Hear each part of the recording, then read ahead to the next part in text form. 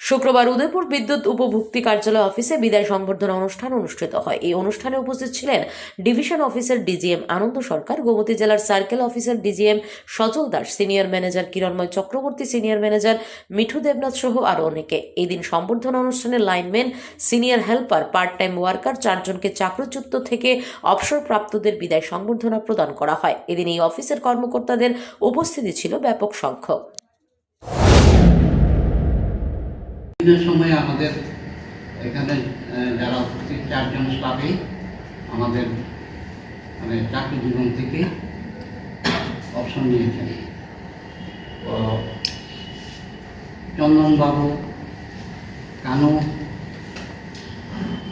বড়ালবাবু আর রামচন্দ্র, ওনাদেরকে আমি অনেক দিনই পেয়েছি। ওনারা দীর্ঘদিন এখানে নিষ্ঠার সঙ্গে কাজ করেছেন।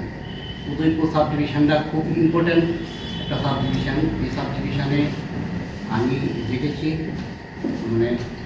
কল আসার সঙ্গে সঙ্গে ওনারা রেসপন্স করতেন।